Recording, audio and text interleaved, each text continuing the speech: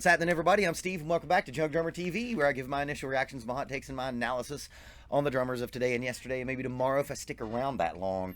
I am a professional drum teacher and a gigging musician, and I have been for the last 20 plus years. This is episode 15 from the quarantine, and it's going to be my final episode from the quarantine. We as a country, we seem to be opening back up in a lot of parts of the country. I know there are lots of parts of the country that are still locked down, but a good portion of it. Let's get out of this mindset. I'm going to soon be back in my studios teaching very soon. So all those students that I've not been able to do remote lessons with, you're going to see my bald head quite soon. Also, I think it's time to get rid of the Lysol. That's more like it. If we'd have had Rick Sanchez in the middle of all this mess, he would have already whipped up a cure.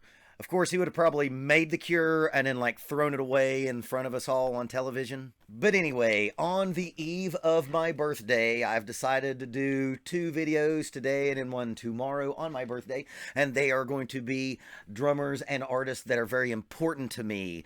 There's been no band that I've listened to longer than Pearl Jam. I discovered Pearl Jam even before I discovered Nirvana. Ooh, that reminds me. Please tune in tomorrow because I have a very big announcement involving Junkdrummer TV. It's a big, huge opportunity that kind of fell into my lap, and please check that out. So anyway, Pearl Jam, they're very important to me. I've been listening to them since 10. Whenever that came out, I had 10 on cassette tape. Picked it up on the Columbia House scam, if you know what I'm talking about. And we're going to be watching my favorite drummer from them. Now, here's the thing. I love Matt Cameron, and I've already done a Matt Cameron with Pearl Jam. My 3rd episode last year when I first started this channel. And Matt Cameron is wonderful. Jack Irons was wonderful. Dave Cruzen was wonderful. But my all-time favorite Pearl Jam drummer will always be Dave Abruzzese, because I think Versus and Vitology are 2 of the best rock and roll records ever released. Now, this is a long song. I got to cut this preamble short because this is going to be a long video. You're going to hear about how much I love and miss Dave Abruzzese. But before we get into it, please, everyone, check out my Patreon. Please go check out my merch table, my merch page. If you dig this video, please like, comment, and share. It is appreciated. Help me feed the algorithm. So let's get into Dave Abbruzzese and Pearl Jam on MTV Unplugged, back when MTV was amazing, and they're going to do Jeremy.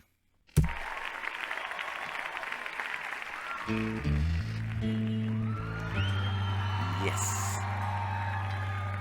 I still love this record.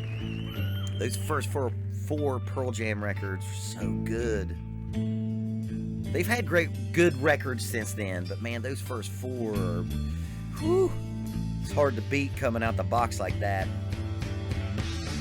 At home, drawing pictures of mountain tops. You know, if you can tell, that guitar intro was a little slow.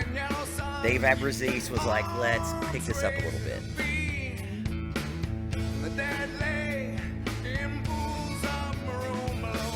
So I had recorded this on VCR tape back in the day, and I wore it out.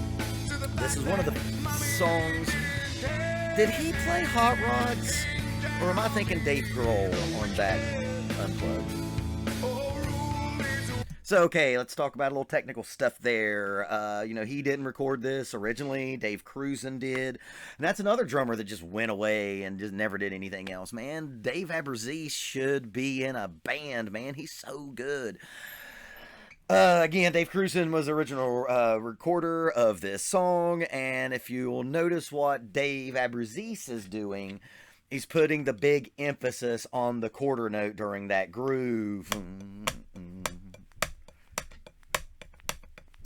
So if you can tell, he's even bringing his accent way up here. So you're getting the emphasis is on the quarter note, but you are getting a ghost note in the middle of it, and it has this kind of heavier plotting sound. It's just a good example of how being able to do variations on the hi-hat and you know, just on the 8th note, you can come up with different feels. Now he's keeping that quarter note. And if you notice, he slowed down a little bit. A lot of drummers will slow down just a tad during the chorus.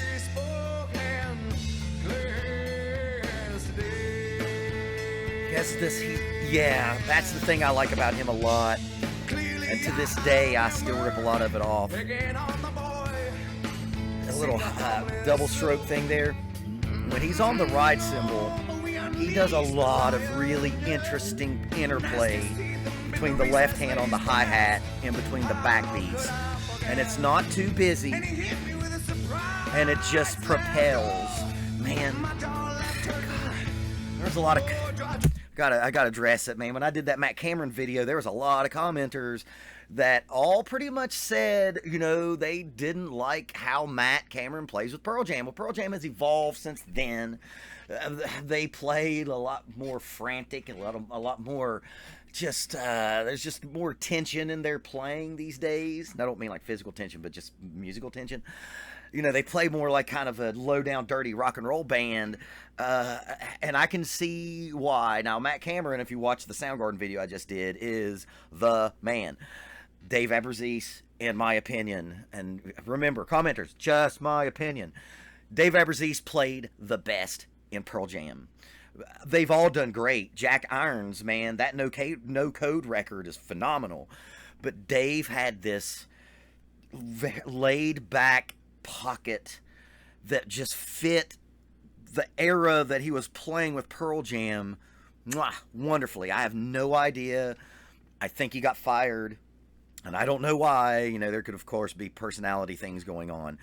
But, man, Dave Abbruzzese served them perfectly.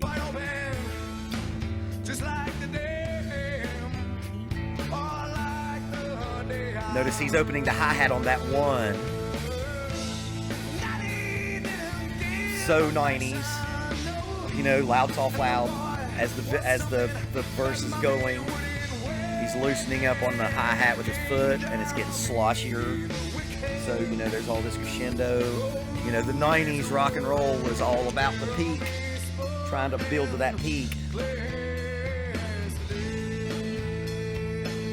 Right there, that little interplay that he did with the hi-hat, it's interesting, it's busy without being in the way. You can learn a lot about song craftsmanship from all of Dave's playing.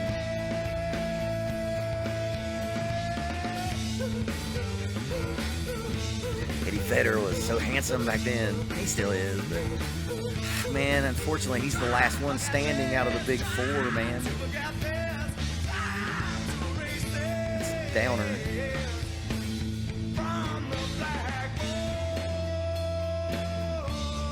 Always keeping the quarter note as the emphasis of the drum beat. Everything's around that quarter note feel, even though the ands are in there. A young, stone-looked. I've always wanted a white ring pearl snare drum because of this video, and right over there is a 1964 round badge Gretsch that is white ring pearl. Yes, I know you would think Buddy Rich, but I'm a Gen Xer, man. I watched this video so many times, and that snare drum, I was like, I gotta have one of those.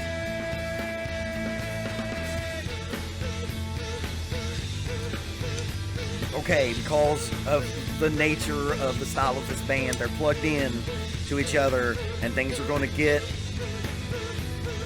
a lot more hectic and more intense, and you're going to see the tempo get pushed a little bit, and that's okay, because they're yeah, man. He's so good, he's so slick. Why did he not keep going? Yes, yes, yes. Yeah, they're pushing, and that's okay. We're going to do another big rant about metronomic time destroying the human feel in music, and that's what you're hearing right here. You know, they're plugged in, man. They're plugged into Eddie, and they're trying to push along his vocalizations, and you've got these, 5 people working together to build up this thing. Oh man, so good.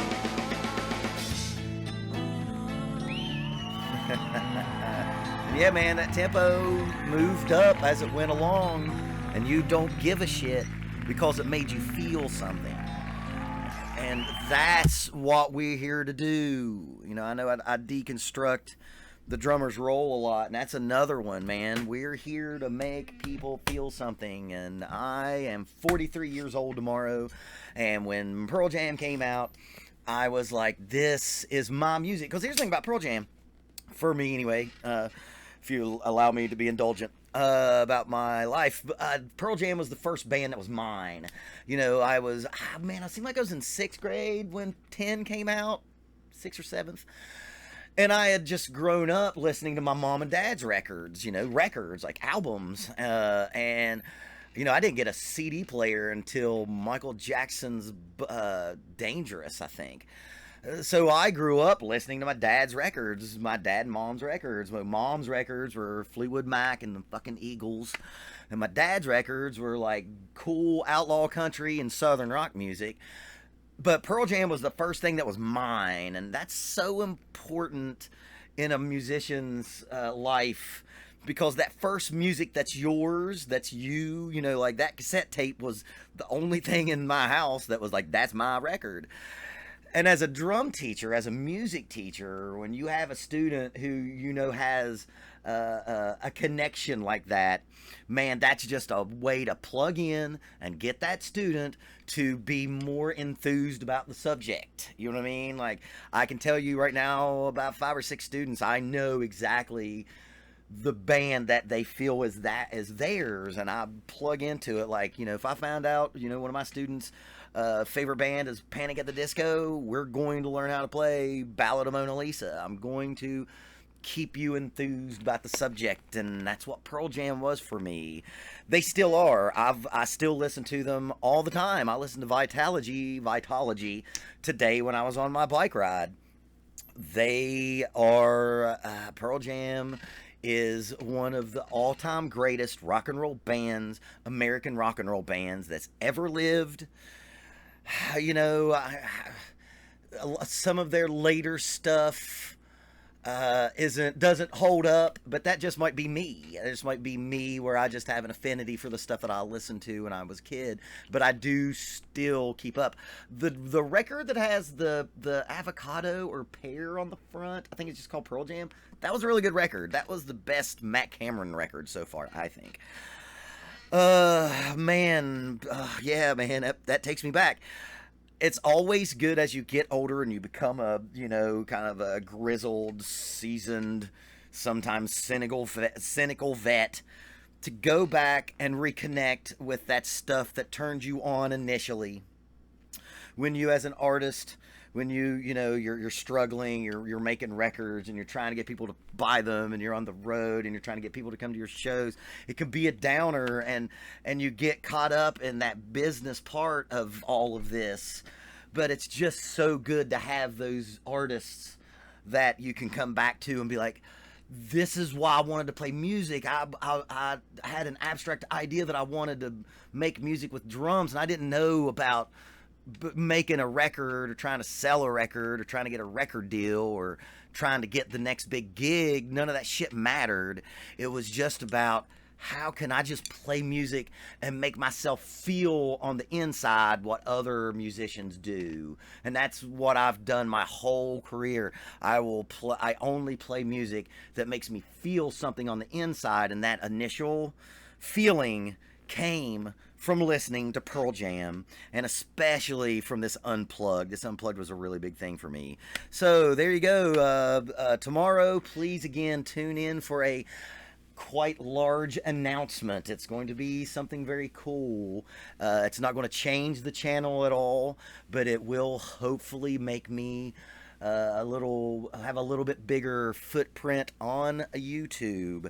So remember, man, all you older cats that's been doing this shit for a long time, always make sure you have that band that you can go to, or that set of musics that you can go back to and get into that headspace of just that innocent being in your mom's basement. And that's where I was, my mom and dad's unfinished basement, trying to play these songs that made you feel a certain way.